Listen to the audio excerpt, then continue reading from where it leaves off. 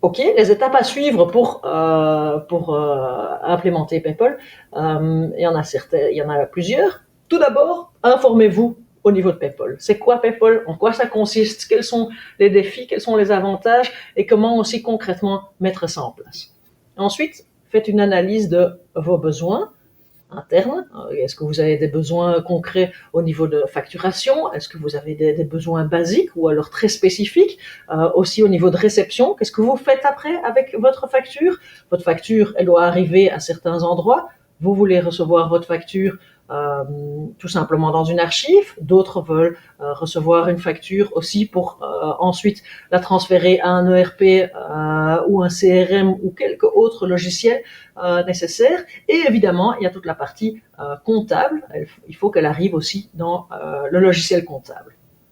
Ensuite, voilà, vous analysez les logiciels qui sont possibles sur le marché. Commencez évidemment par les logiciels que vous utilisez. Probablement, si c'est un logiciel qui sera encore relevant en 2026, il a probablement les possibilités de vous activer sur PayPal. Si vous n'avez pas de logiciel à ce niveau-là encore, vous analysez les logiciels sur le marché, disponibles sur le marché, et vous choisissez quel est le logiciel à implémenter. L'implémentation, normalement, en elle-même, elle coûte pas tellement de temps, donc c'est pas une grande implémentation. Ce qui prend un peu plus de temps, c'est informer les équipes internes, informer les équipes que vous avez chez vous, informer aussi vos clients, vos fournisseurs, etc., que vous y êtes. Et puis voilà, il faut surtout commencer. Pour moi, c'est essentiel de se dire, ok, on n'attend pas décembre 2025, façon de parler, on peut déjà commencer maintenant, parce qu'il y aura des défis, il y a des choses qui vont peut-être pas se passer bien, et essentiel alors de déjà commencer maintenant pour mettre tout ça en place et pour pas avoir le stress de la deadline 2026.